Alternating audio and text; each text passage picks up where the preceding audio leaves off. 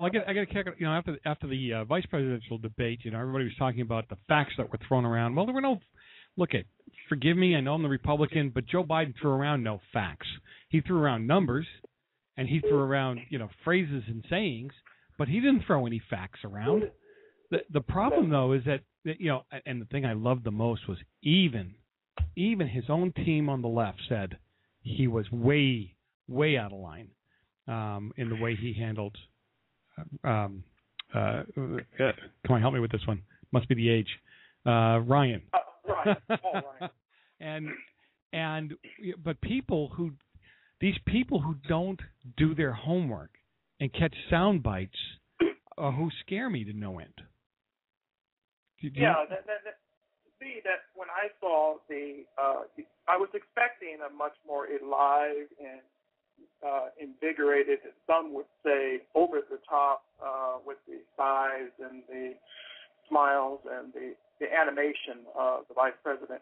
Mm-hmm. That was expected because there had to be a contrast from the shocking outcomes of the last debate.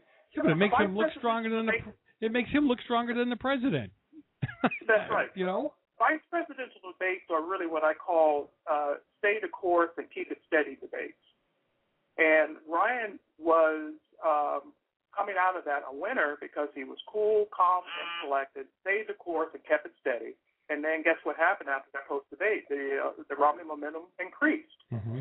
So tomorrow is going to be more of a style and less of a substance debate.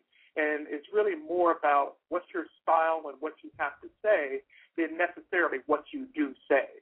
And then the live audience of the town hall meeting gives such an interaction of the candidates with people and a live audience, and that's really talk with people about their kitchen table issues. That humanizes our leaders, and we want to know that our president is a very good friend that we can have, you might say, a beer with, or we can invite in our living rooms, I would say periodically, and not so much every hour on the hour and tweeting that I just took a shower this moment. That's a little too much contact. Yep. But the issue is that we want to be able to see that interaction in those town hall meetings, and that's what you're going to see in the two different styles. Yep. And then Romney comes out of that tomorrow more of a person that I can have a beer with and a conversation with, and much more likable. You're going to really see it continue in the moves. Because this is what George Bush did with Al Gore when he went on the town hall meeting format. He was cool and calm and collected. Mm-hmm. And, George Bush was a cheerleader in college, and so people felt that he was a good man in that town hall meeting. If you look at that particular style between the two historic figures. But Obama's not going to be able to use talking points tomorrow night to answer questions. Okay. You can't in that type of format. No. I mean, he can't come back and what are you going to do for jobs for the country? Well, I've had X amount of months that increase and yada yada, and we're going to keep going down that road. And if I get 4 more, he's got to tell how. Prove to me that you created those jobs. Prove to me that you're drilling more. You know what I'm saying? I mean, look what he did the other day. His team came out and said that those coal miners that were hanging around for Romney were forced to do that. And did you hear what happened today? They came out with 500 signatures, and they did a YouTube. They came out, they signed a 500 signature petition, and they called Obama a liar. They said we weren't forced to do anything, and these kind of things is what's hurting you. You're hurting our industry, and now you're coming out and saying that we were forced to stand behind Mitt Romney. It's not true, Mr. President.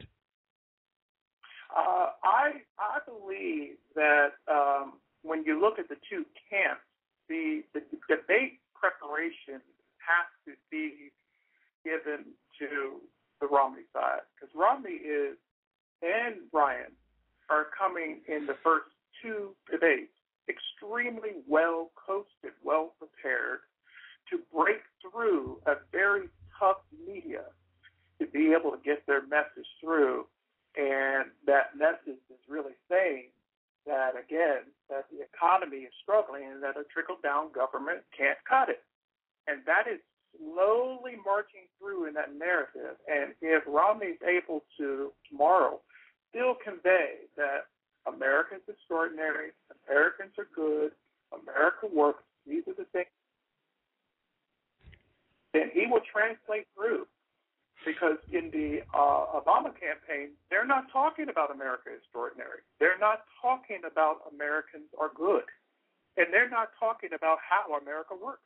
Well, I got the nod and the yell in the ear. We're up on time. Look, Doctor, thank you so much for being with me today. One last time, we're going to put your information up on the website. Dr. Oliver McGee, author of Jumping the Aisle. Again, what? OliverMcGee.org. That's so easy. OliverMcGee.org. Doctor, hey, it's R&R for America, so clean it floats like Irish soap. Okay. Listen, it was a pleasure having you on today. We'll have you on again. I do appreciate your time with me today. Thank you, Joe, very much so. You're the real deal. Thank you. That was Dr. Oliver McGee. Again, we'll put his information up on the website so you guys can get a hold of him, get a hold of his book. And, yeah, he had a lot to say, I think so. I mean, and I love having people color on, especially black people, because we hear that there are no blacks that are Republicans. That's what we keep hearing. And we all know that's wrong. And listen, thanks for tuning in today. Tomorrow, Peter Schiff will be on the show. I doubt he'll stay on